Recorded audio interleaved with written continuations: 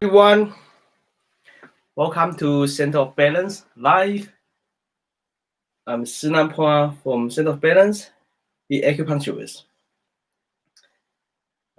Setting up my live in here. So today's topic is about fibroids again. Topic is actually who is at risk for fibroids. So who is at risk for fibroids? Right? This is the topic we're going to talk about today. So I actually share in the Chinese platform, so I have to talk something in Chinese. 大家好，我是小派医师。今天呢，这个早上啊，在我这个时间是早上。那我们要讲的是英文的主题关于这个子宫肌瘤 ，Who is at risk for fibroids? Hi Veronica, how are you? Thank you for supporting. Now, yeah, it's Sunday today. Hi Eric, how are you? It's great. Great to see you. So yeah, when you came up here and you see me and on live, join the live, and please say hello. Hello. So hello. Then give a thumbs up. Whether you're in Facebook, Instagram, or YouTube, please give a thumbs up and share this live video on your Facebook, on your Instagram, please. Thank you. Now, yes, I'm going to the temple later. Yes, that's right. Yeah, every Sunday. Good memory. Thank you. All right. Now, let's get into it. Who is at risk for fibroids? So, women are at greater risk for developing fibroids if they have one or more of the following risk factors. All right. Now we talk about I share to you about what causes fibroids, right? The main thing is the hormone, right? The hormone out of balance, and the female hormone, which is estrogen and progesterone, right? Those two are the main one, right? Those are the main one. And with pregnancy women, and those are the main hormones increase in pregnancy, right? So the first women who are at risk for developing fibroids is pregnancy. Yeah, pregnancy. Well, although I want to tell you that pregnancy is not a disease, you know, it's just a normal cycle for women when they get pregnant, right? But they are in high risk for fibroids, right? Because of the estrogen and progesterone increase in the body, so it will stimulate the uterine cell to grow and become fibroid. And that's possible. Right?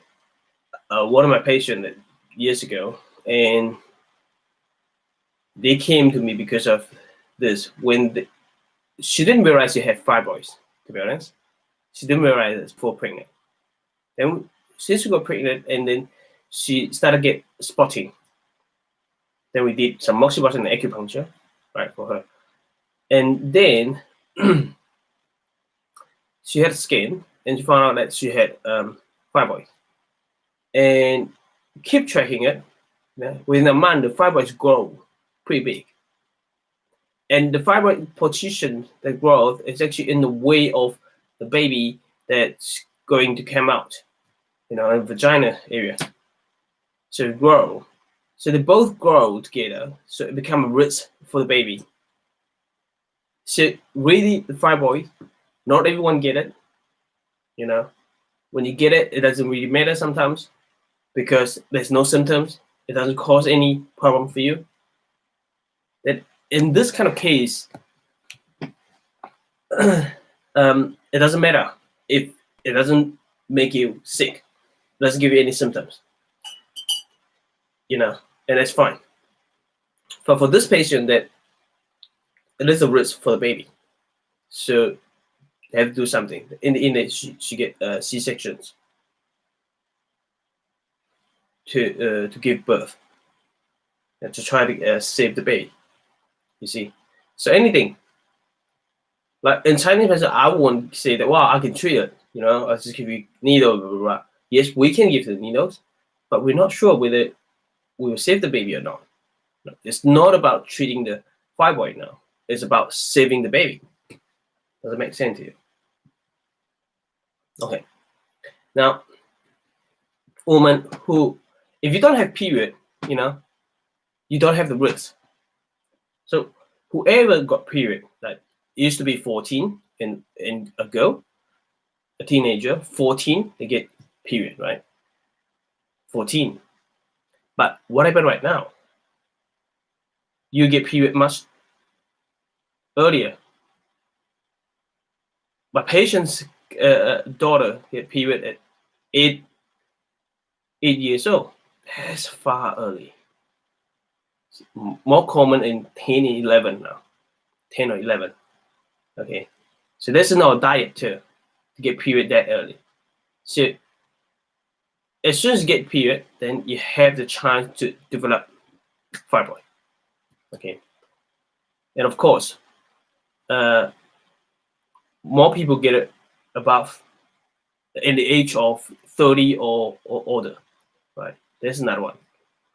And family history, a family history of fibroids. Your mom, your grandma, your sister, or it doesn't go to your sister-in-law, okay?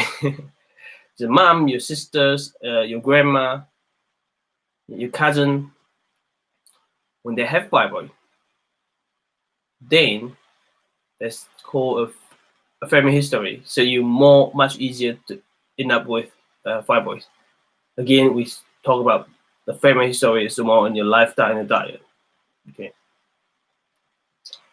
And funny thing in here is African American,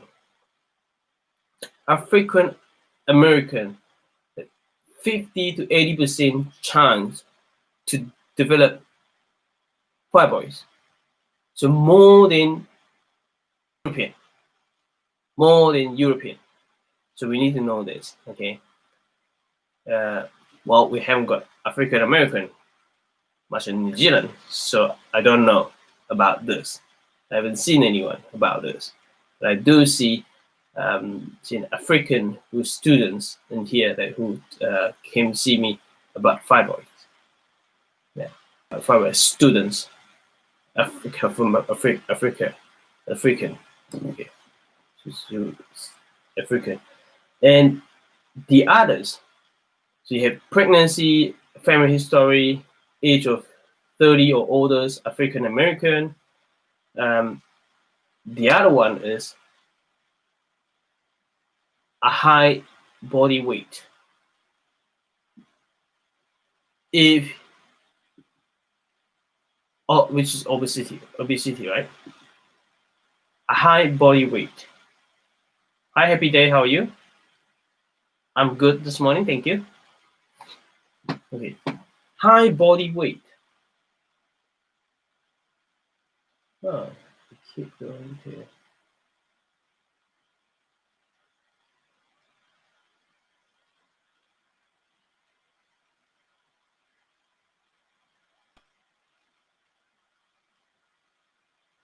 Sorry, it's not connecting properly. We have trouble connecting to the live video. It's the connection is not good. I'm just fixing this Instagram. I didn't realize that it didn't connect properly. Central, how are you? UK, that's great.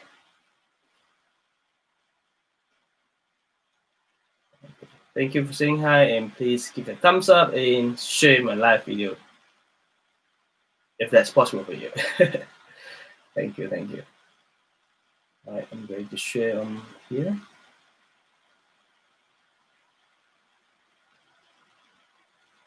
Yes, okay.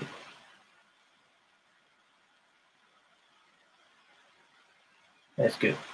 So why we just went through PCOS, right? And PCOS hormone out of balance too.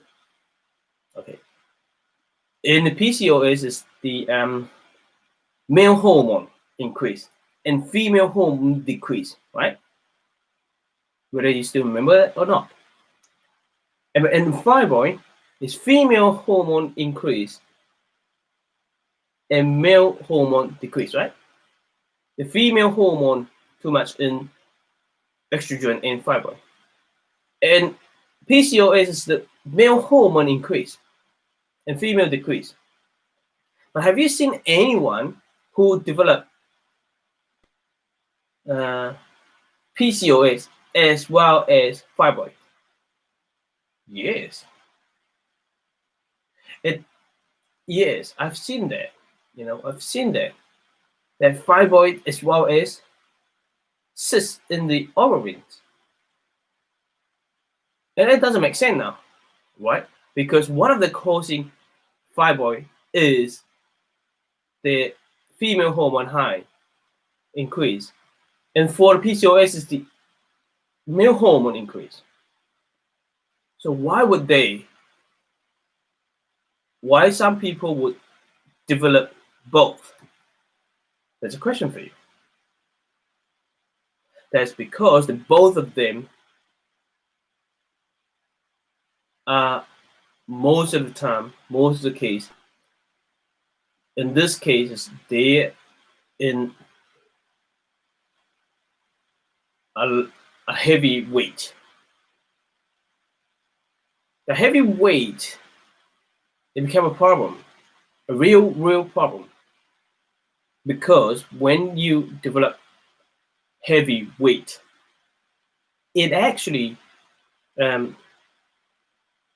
causing hormone imbalance, which means you have irregular period. It may cause irregular period, and the hormone irregular. And hormone irregular out of balance means that it may produce a lot of female hormone in a while, sometimes. Then and other time it did the opposite. The male hormone produce a lot. Right? So male and female hormone out of balance. So we need to understand here. That is why they end up with fibroids and cysts, ovarian cysts.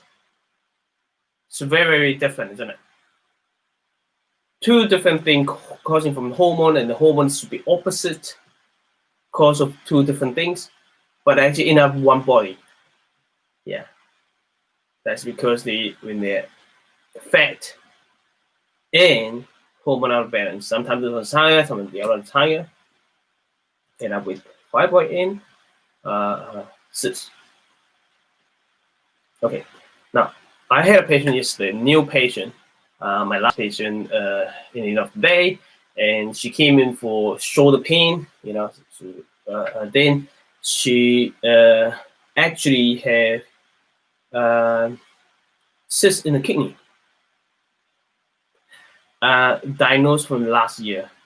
Had a scan last year because might be UTI, but get a check, no UTI, and they had a scan and found out that wow, it's actually had a cyst in the left kidney. Cyst in the left kidney, 27 mm, something like that. Right. So what this patient, I'll share something about her with you. I can't say her name, but it's just some symptom. She did a great thing already. She told me that she lost weight for 10 kg. I said, how do you do that? How do you manage that? I want to know. I always want to know about how they losing weight. They said, well, Asian food. He said, well, Asian food. It doesn't make sense to me now, right? China food. It does make sense. Exercise and China food, not European food. That's what she said. No junk food. No preservative food. avoid all this, and cook. She lists down all the things that she eat. Pretty healthy when I look at it. A lot of them plant-based. I haven't go to the diet and asked properly whether she was on any dairy or animal fat and protein yet. But she said, well, Chinese food. So in Chinese food, you stir fry and you cook it yourself. It's much more healthier, much more nature food, right?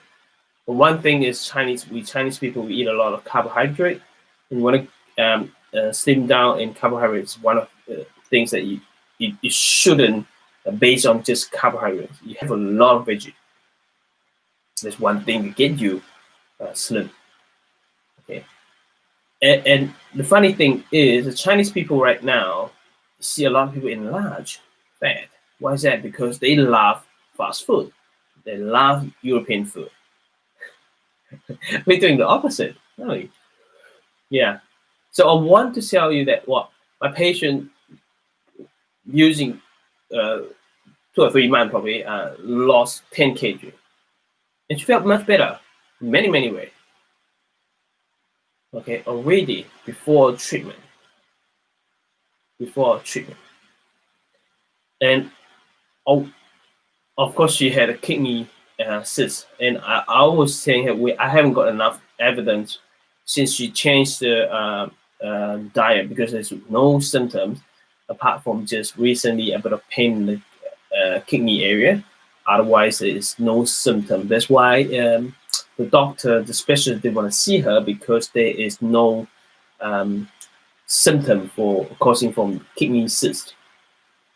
Then I want to know. It's been a year already, and she suggested she went in and do another ultrasound scan and see whether the kidney cyst is is increasing or it actually is decreasing.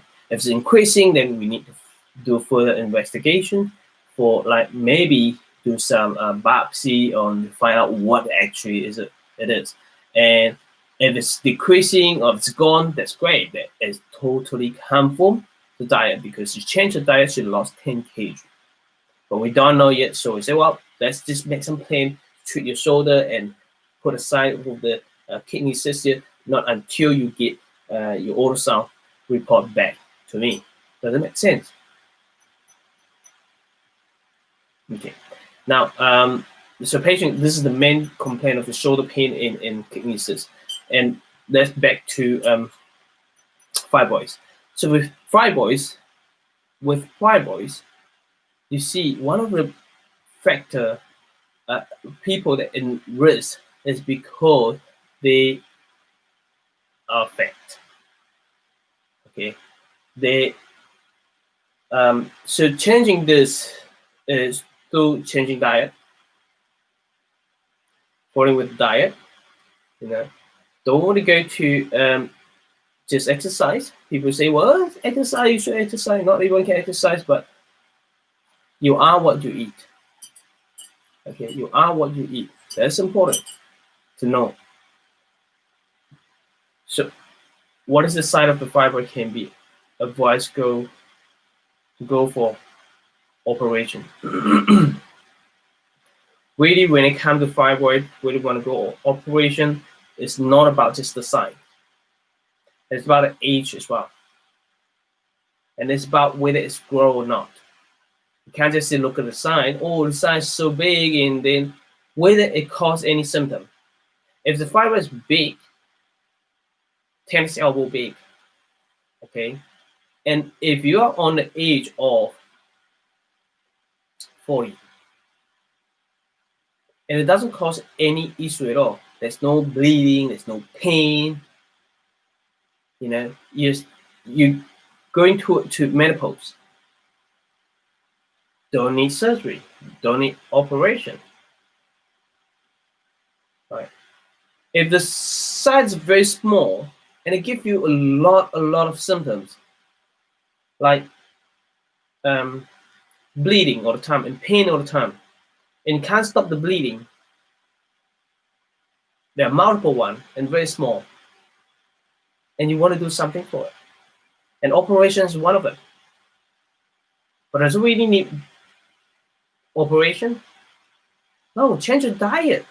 Diet first, because what's causing the fibroids is differently. If you put on weight, if you fat, then diet and exercise. Well, of course, if you're bleeding a lot, exercise may not be good for you because you don't have the energy to do it. So diet first. Secondly, when we talk about treatment, Chinese herbs, moxibustion, acupuncture to stop the bleeding. So first you want to stop the bleeding and then try to get rid of the fibroids without treatment. Acupuncture, Chinese herbs, moxibustion. Then if it doesn't work, I'm not saying that I can 100% remove all the fibroids, but if it's not working, then the last thing, operation. Okay? But try it first. Don't go through operation first. And of course, fibroid. I don't know the size. Because the size is so big and you haven't got any signs, and depending on your age as well, there's no need for operation sometimes, depending on the age and symptoms. And what do you want? Do you want to treat fibroids or do you want a baby? That becomes different. The priority is different. The treatment will be different. Okay. Right. That's it for today. And thank you for joining in. And thank you very much. I'll see you tomorrow morning. And I hope this helped with this topic and talk about it. When it comes to treatment, it's not just the practitioners make the call. It's actually the patient. And you as a practitioner, you need to tell patient what the option will be and what they want. Okay. If the patient suffers from fibroid, they come to you, which means most of the time they want to avoid operation, right? Makes sense. If they don't want to avoid operation, they come to you, it doesn't make sense. They come to you because they want to avoid operation. Then there's a chance to talk to them. What is the process to treat them? And what's the lifestyle change? Because for the operation, they won't tell them to change the lifestyle. I haven't seen any kind or specialist telling the patient that they need to change the lifestyle, they need to manage the stress, they need to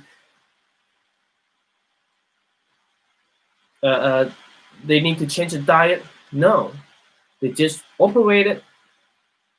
If hysterectomy, then the next thing is hormone replacement, or they just remove the fibroid and that's it. And wait, and that's it. You go home and then grow back again. You need to think the real reason that no one knows about where exactly it comes from, the fibroids. Okay, so you need to do everything to make everything perfect. Try to be perfect so it doesn't form fibroids again. Thank you, Szenan. Enjoying your presentation. Have a great day. Drive carefully. Pray for us. And thank you for sharing your knowledge. Thank you. Thank you, Veronica. Thank you, Eric. No pain, but period is irregular. Yeah. All right. No pain, but period is irregular. Again, what do you want? And how big is it? And irregular means it doesn't come on time, but does it cause bleeding, spotting? You can't stop the thing, you know. So, and how big is it, where it is. So this is all the information. I can't give you any advice in here, but I can lead you. You consider blah, blah, blah, blah thing. Then you make the decision yourself and the patient make the decision yourself. Okay, and what is the priority things to do? What does the patient want? The patient want to treat the fibroids, or the patient want to have a baby? It's all different things that we need to know, and then we give the advice, give the option to the patient, right? So I don't know what your patient wants, and I don't know of that, so I can't give the best advice for you. All right. Thank you very much, and I love you all, and see you tomorrow.